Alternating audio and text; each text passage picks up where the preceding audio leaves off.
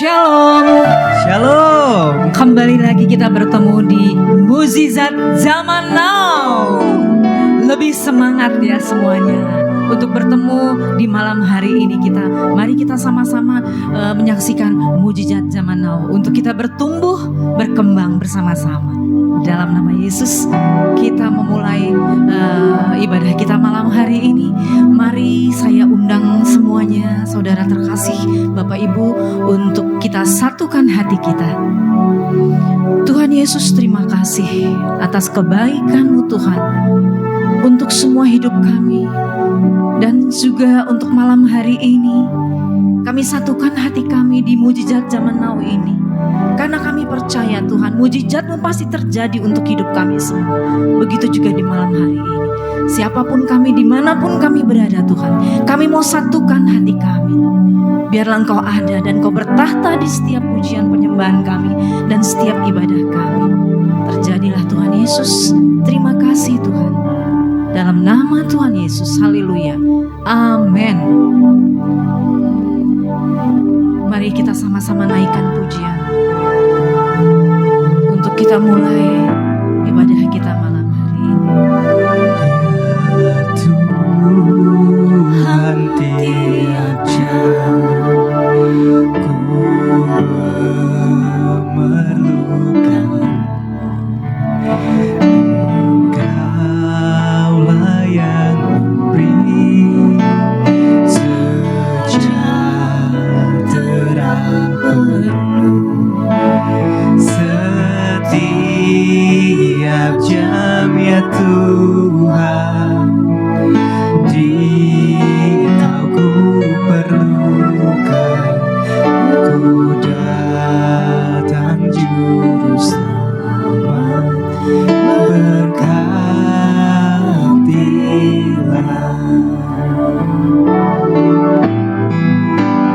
Ya Tuhan, tiap jam ku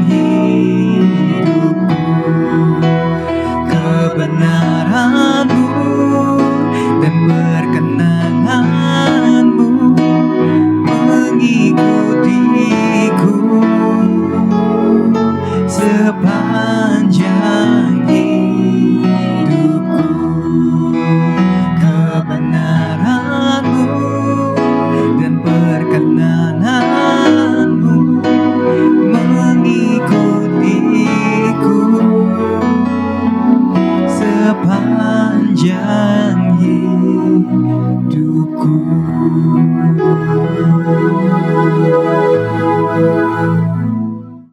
Judul khotbah kita adalah Bukit Golgota. Judul khotbah kita adalah Bukit Golgota. Ini saya khotbah hari ini tentang Bukit Golgota. Kapan lagi saya nanti tentang salib. Ini banyak rahasia nih Bapak Ibu, dan orang Kristen harus mengerti tentang hal itu ya. Nah, sekarang tentang Bukit Golgota. Kita buka dulu Yohanes 19 ayat 17. Haleluya. Nah, ini saya akan bacakan ya. Yohanes 19 ayat 17 ya. Yesus keluar dengan memikul sendiri salibnya ke tempat yang bernama tempat tengkorak. Apa namanya? Tempat tengkorak. Dalam bahasa Ibrani disebut Golgota. Ya. Sebenarnya ini kurang tepat. Ya, bukan tempat tengkorak. Kalau orang mendengar kata tempat tengkorak, maka dalam pikiran kita apa? Di situ banyak tengkorak. Ya kan? Banyak tengkorak. Karena tempat tengkorak bisa berjejer-jejer banyak tengkorak. Padahal bukan itu arti sebenarnya. Ya. Nah, kita akan bisa lihat lebih tajam dalam versi bahasa Inggrisnya. Itu disebut the place of a skull. Jadi sebuah tengkorak. Nah, nanti berikutnya pertanyaan, tengkorak siapa? Nah, iya dong. Kalau satu kita bisa tahu kan orangnya siapa kan? Iya, kecuali kalau banyak tengkorak. Kita nggak tahu siapa aja nih tengkorak siapa nih, ya kan? Tapi kalau satu, pertanyaan berikutnya pasti yang menggelitik kita, tengkorak siapa? Coba kita lihat versi bahasa Inggrisnya yang tadi ayat tadi. Nah, saya nggak ingin baca semuanya, tapi saudara coba lihat, ibu coba di arsir the place of a skull. Coba saudara lihat itu, berarti sebuah tengkorak. Jadi bukan tempat banyak tengkorak, bukan, tapi sebuah tengkorak. Saudara lihat itu? Kalau demikian, pasti pertanyaan berikutnya, tengkorak siapa? Iya dong, kalau sebuah kan, pertanyaan berikutnya kan, tengkorak siapa? Iya kan? Iya. Saudara tahu kira-kira tengkorak siapa? Tengkorak siapa tuh? Ini adalah tengkoraknya Goliat. Loh, kok bisa Pak tengkorak Goliat di situ Pak? Padahal Goliat bertempur dengan Daud di mana? Bukan di situ, di lembah Tarbanting. Iya Bapak Ibu, itu jauh dari Golgota. Iya, tapi kenapa bisa tengkorak itu jalan-jalan sampai Golgota? Ya, kenapa bisa jalan-jalan? Ya, nah itu kita akan lihat. Coba kita lihat dulu ya, bahwa pertempuran Goliat dengan Daud itu di lembah Tarbanting. Coba kita buka 1 Samuel 17 ayat 2 sampai dengan 4. Nah, ini saya senang sebenarnya. Kita bukan banyak itu pendeta-pendeta itu selalu ngacunya ke Alkitab dalam bentuk buku ya.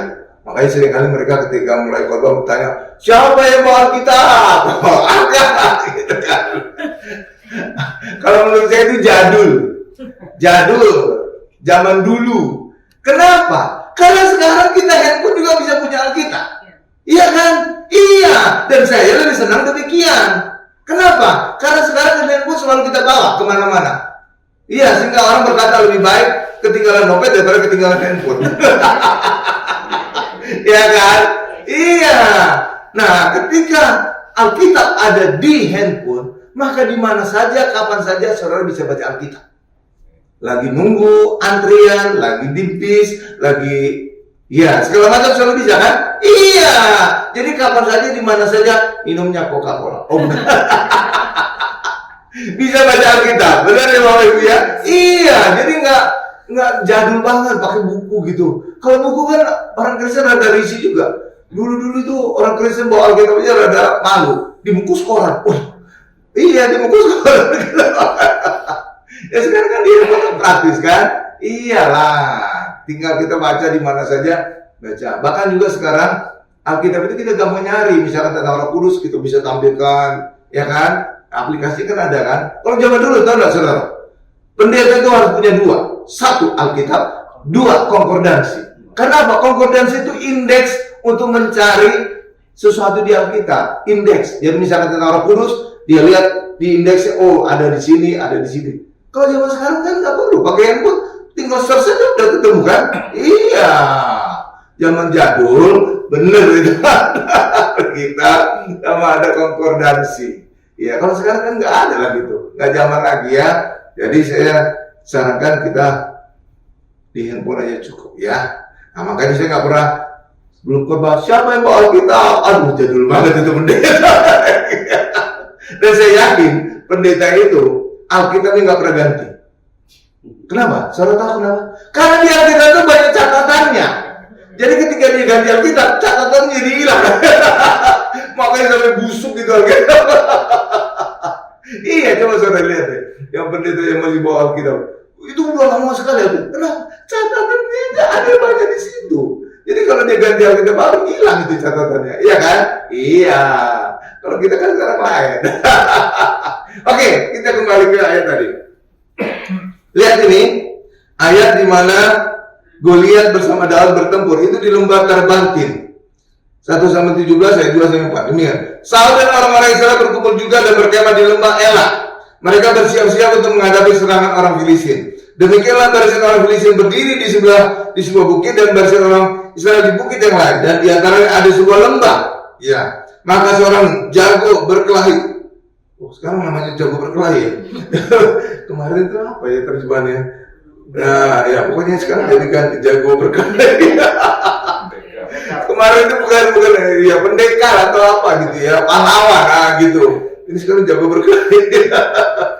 Jago berkelahi yang bernama Goliat dari kota Gad keluar dari perkemahan. Ini kok dari kota Gad ya, kemarin dari suku Gad. Ya, ini versi berapa Pak Alkitabnya? Oh ya dulu. Kok pakainya ada? Oh ya, agak beda kayaknya. Biasanya kan dari suku Gad ya, ini jadi kota Gad. Ya oke lah, nggak apa-apa lah, beda-beda tipis itu. Keluar dari perkemahan Filistin untuk menantang orang Israel. Tingginya kira-kira 3 meter. Ini benar bahasa Indonesia 3 meter. Kalau Alkitab lama 6 hasta katanya. 6 hasta kan? Ini udah terjemah banget ini berarti. Iya. Tingginya 6 hasta setengah. Iya, 6 hasta setengah. Ini jadi beda nih. Ya udahlah nggak apa-apa. Justru lebih cocok kita ya. Iya. Ibrani kira-kira 3 meter sebuah naskah. Ini sehari-hari Pak. Oh. Yang ini sehari-hari. Oh, jangan sehari-hari. Ya yang dia. Ya udahlah, pokoknya 3 meter ya. Saudara bayangkan 3 meter tingginya Goliat. Lihat kepada saya. Saudara bisa bayangkan dari lantai ini sampai atas. Ini nggak sampai 3 meter. Iya, dari lantai ini sampai ke plafon. Ini nggak sampai 3 meter. Jadi saudara bisa bayangkan tingginya Goliat. Iya, luar biasa tuh. Tingginya 3 meter. Apalagi dia katanya besar, kekar, terlatih sejak masa muda. Bisa dibayangkan perkasanya Goliat, ya.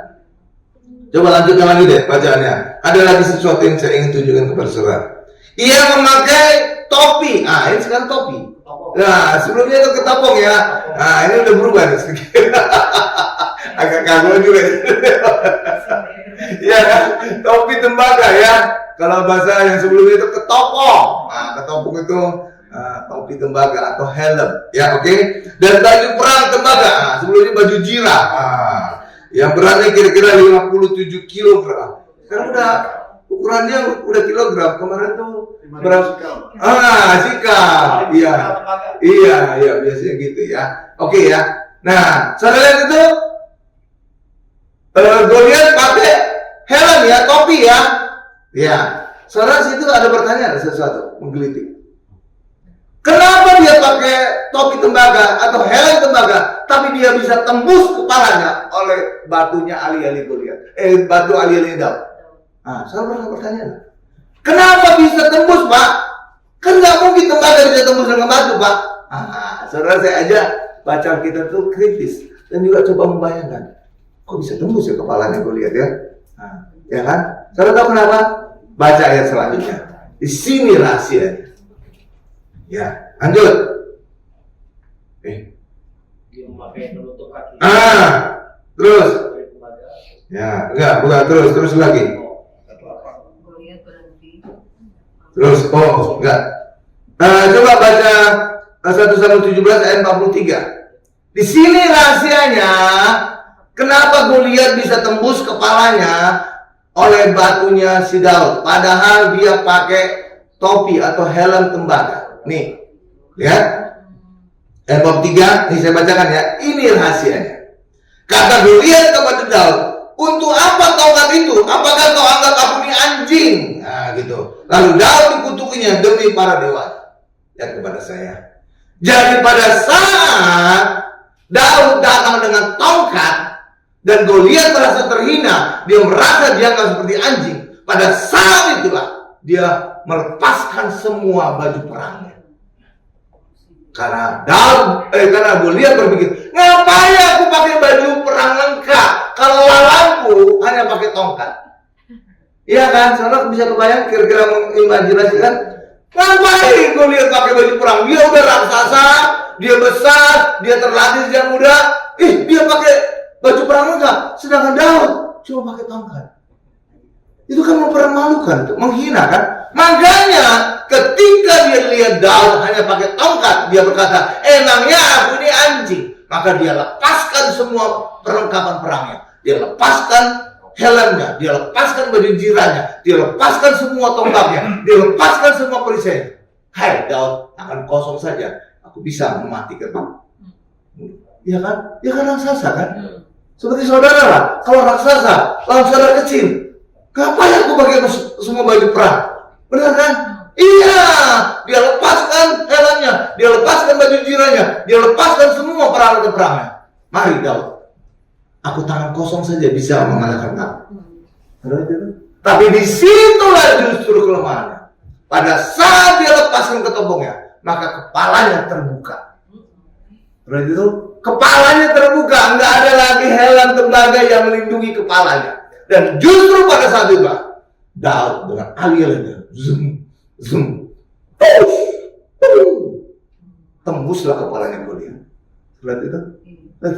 Itu sebabnya kenapa kepala Goliat bisa tembus oleh batu. Karena dia merasa terhina karena Daud datang dengan tongkat. Ya kan, saudara lihat tuh. Karena dia berpikir, ngapain aku pakai baju perang lengkap? Tangan kosong aja saya mampu mengalahkan engkau Daud. Ya kan, apalagi dikatakan Daud itu kecil kemerah-merahan. Ngapain lawan anak kecil pakai baju lengkap perang? Ya kan? Iya. Makanya dia lepas, tapi justru di situ kelemahannya.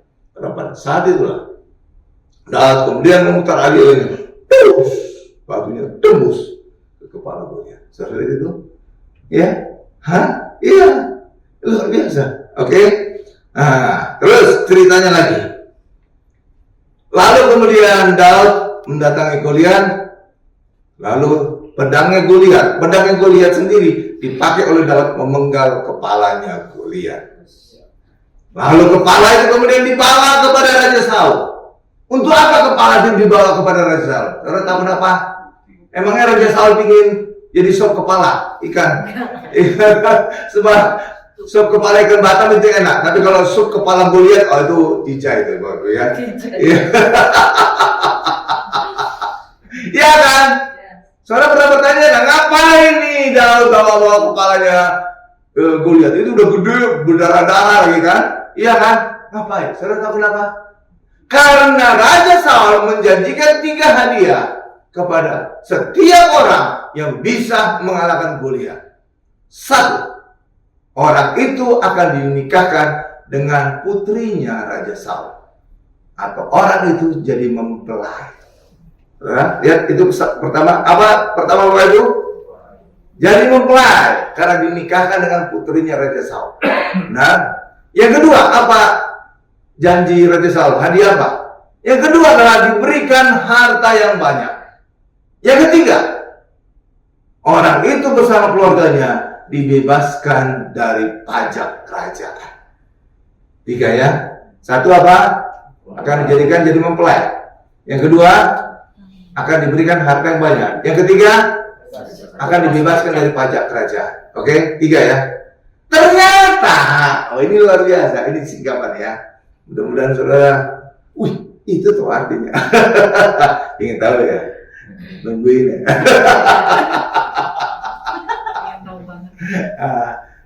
Ya, inilah 3 hadiah yang akan diperoleh Tuhan Yesus lewat kematiannya di atas kayu salib dan mengalahkan setan. 1, tadi dijadikan mempelai. Lewat kematian Yesus dan kebangkitannya, maka Yesus mendapatkan mempelai Kristus. Itulah orang Kristen. Lihat itu? Betul. Ya kan? Luar biasa. Yang kedua, apa tadi hadiah yang dijanjikan Raja Salomo? Harta yang banyak. Itulah ucapan Tuhan Yesus. Segala kuasa di surga dan di bumi diberikan kepadaku. Lihat itu, Matius terakhir. Ya, 2 kan? Jadi benar-benar apa yang dijanjikan Rasul itu akan nanti diperoleh Tuhan Yesus. Yang ketiga apa? Dibebaskan dari pajak. Dan itulah orang Kristen yang di dalam Yesus dibebaskan dari tuntutan hukum Taurat untuk menjadi benar di hadapan Allah. Jadi orang Kristen tidak benar karena dengan perbuatannya, tapi orang Kristen benar dengan percaya kepada Tuhan Yesus. Amin. Seperti itu. Coba kita buka Roma 10 ayat 4. Luar biasa ya. Jadi saudara itu setiap kali saya khotbah itu, saudara pasti dapatkan suatu singkapan yang luar biasa. Amin. Nah, kapan lagi, 2 minggu lagi atau berapa lagi, saya singkapkan tentang rahasia salib. Ini banyak sekali rahasia. Ya kan? Di salib ini juga ada tulisan kan? Sini saudara kalau tulisan di salib sini biasanya Indri kan? Nah, itu juga banyak rahasia. Nggak sembarangan itu. Iya. Nanti kapan lagi ya? Lihat aja ya. Nah, ya. Roma 10 ayat 4, ini saya bacakan ya. Karena Kristus itu kok jadi salah, beda-beda ininya yang terjemahan. Bahasa yang biasa-biasa aja Pak ya, lain kali ya. Ini jadi agak aneh menurut saya. Ya. Karena Kristus itulah penyudah Taurat, menjadi kebenaran bagi tiap-tiap orang yang percaya. Jadi setiap kita ini orang percaya Yesus. Amin Bapak Ibu. Kita orang Kristen artinya pengikut Kristus yang percaya Yesus. Jadi kita benar di hadapan Allah bukan karena perbuatan kita. Makanya kalau orang Kristen mati, enggak ada pendeta yang berkata diterima di sisi Allah sesuai dengan perbuatan. Enggak ada ya.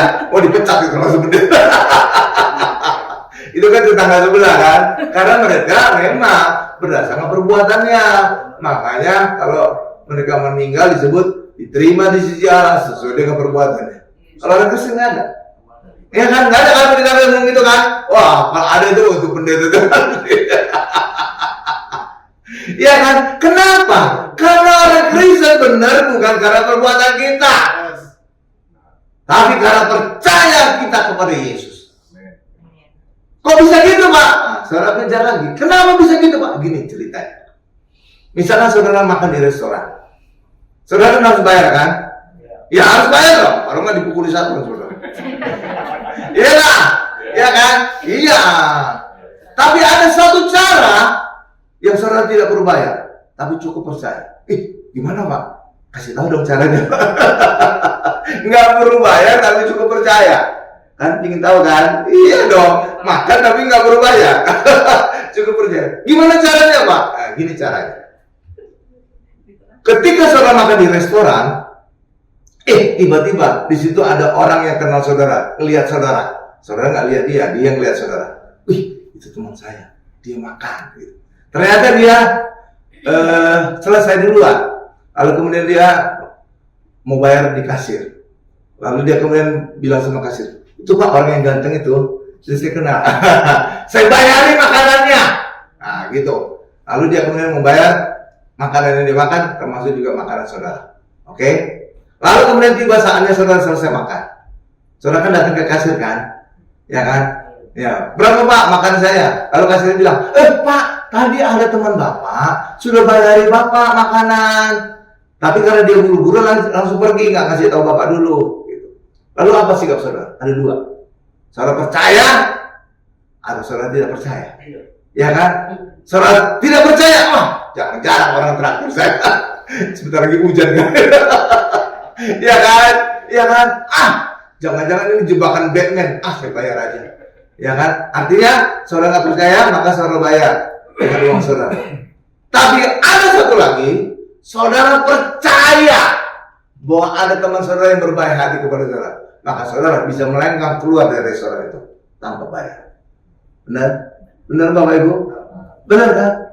Hal yang sama juga dengan Yesus terhadap kita. Yesus telah membayar segalanya di atas kayu salib.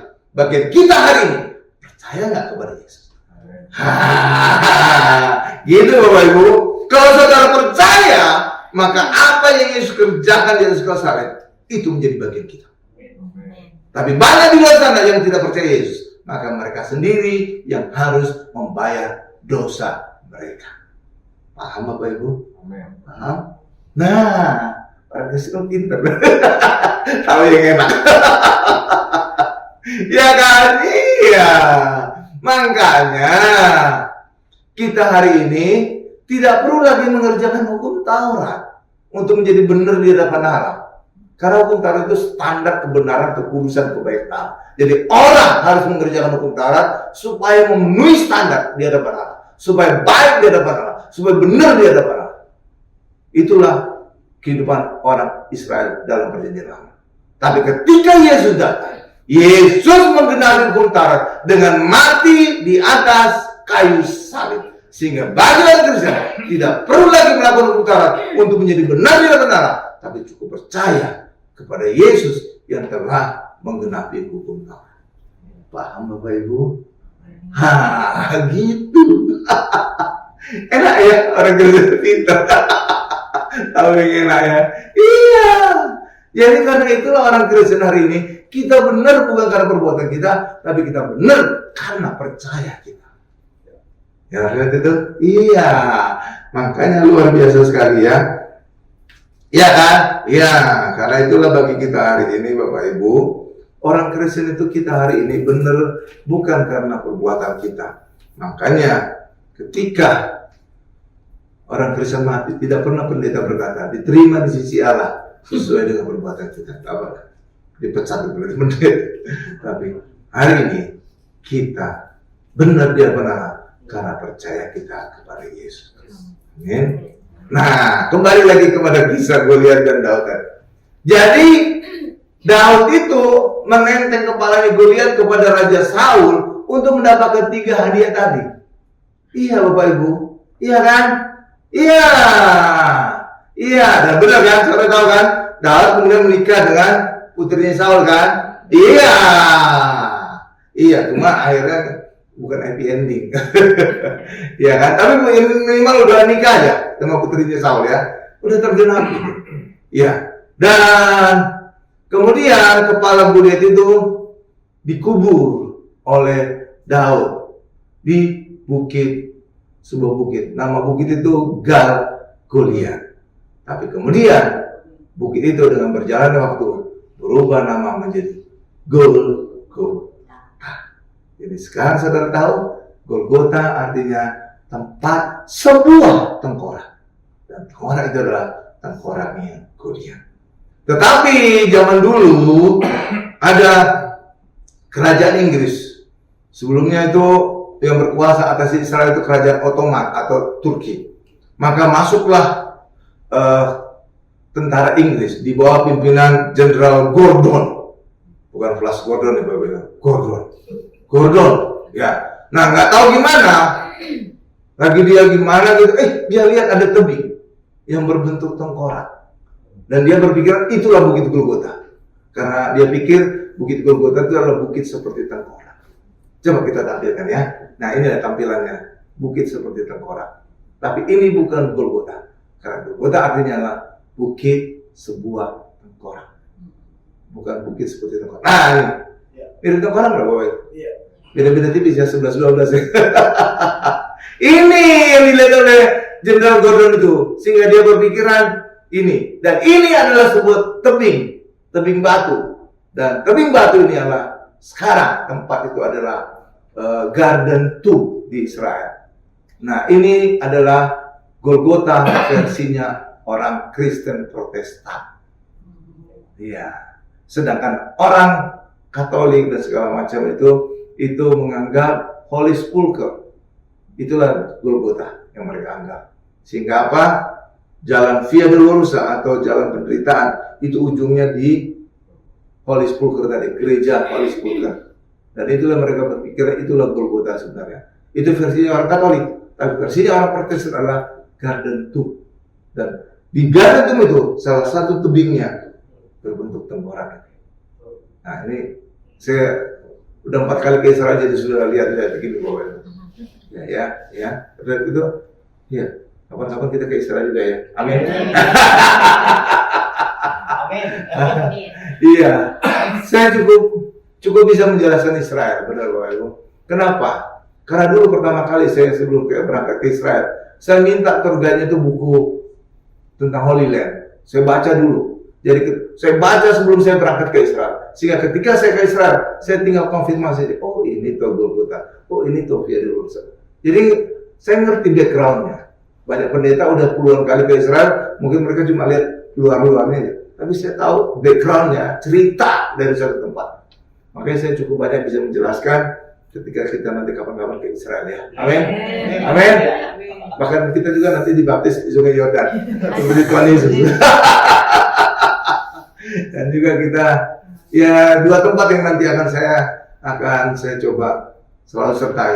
Tapi saya nanti pasti ada pendeta lain mendampingi untuk tempat-tempat lain. Tapi saya 2 tempat yang selalu harus saya yang layani. Itu ada baptisan di Sungai Yordan dan yang kedua adalah perkawinan di Kana. Itu peneguhan pernikahan untuk setiap pasangan yang ada. Gitu. Tapi yang lain-lainnya itu nanti pendeta yang nemani saya. Karena ya itulah. Ya, amin ya. Nah, jadi gitu. Jadi inilah bukit yang seperti tengkorak. Nah, ini ada kayak matanya gitu Bapak ya. Ya kan kiri mata itu mulutnya di bawah itu kan. Ya kan? Mirip-mirip ya. Ya, itulah kira-kira Golgota. Ini sebuah tebing di Garden Tomb. Ini adalah Golgota versinya orang Protestan. Ya, amin Bapak Ibu. Oke. Nah, itulah. Ya. Demikian Bapak Ibu, jadi Golgota itu adalah bukan tempat seperti tengkorak, bukan yang dilihat oleh Jenderal Gordon, bukan seperti ini. Bukan juga tempat banyak tengkorak, bukan, tetapi tempat sebuah tengkorak. Amin. Amin. Haleluya. Kita tundukkan kepala. Mari kita berdoa. Puji syukur Tuhan kami panjatkan nama-Mu Tuhan untuk setiap jemaat-Mu, untuk setiap penonton, untuk setiap netizen yang menyaksikan acara ini, acara mujizat zaman now ini, yang sakit Tuhan sembuhkan karena Tuhan mau dan mampu menyembuhkan kami karena nama Yesus ada di atas segala nama, ada di atas segala nama penyakit kami.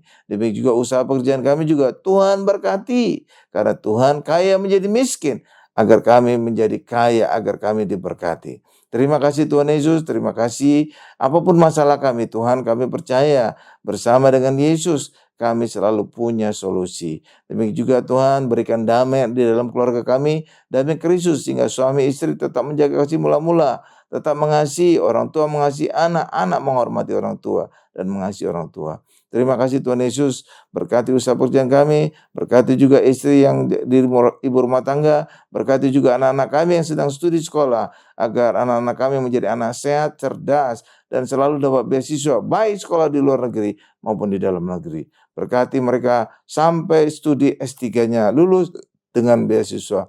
Terima kasih Tuhan Yesus. Terima kasih Pak Gari juga anak-anak kami dari segala pergaulan yang buruk, Pak Gari juga dari segala niat-niat orang yang jahat Tuhan. Terima kasih Tuhan Yesus, terima kasih Tuhan Yesus, dalam nama Yesus. Dan kami ingin akhiri doa ini dengan doa berkat. Mari Bapak Ibu semuanya, angkat kedua tangan kita, siapkan hati kita untuk menerima berkat-berkat dari Allah Bapa yang Maha Kuasa. Berkat dari Allah Bapa yang Maha Kuasa, kasih karunia dari Tuhan Yesus dan penyertaan Roh Kudus menyertai kami semua mulai hari ini sampai selama-lamanya. Haleluya, sama-sama kita berkata, amin. Baik Bapak Ibu semuanya, saudara terkasih, kita sudah menerima berkat mujizat Tuhan malam hari ini dan sudah terima kasih untuk yang bergabung pada malam hari ini. Bapak Ibu, jangan lupa kita bergabung terus di mujizat zaman now selanjutnya. Tuhan Yesus memberkati kita semua.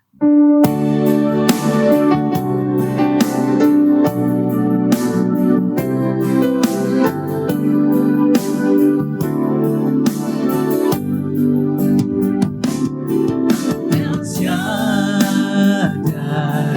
El Shaddai, Allah Maha Kuasa. Ya besar, ya besar, El Shaddai mulia. El Shaddai, El Shaddai, Allah Maha Kuasa. Berkat melimpah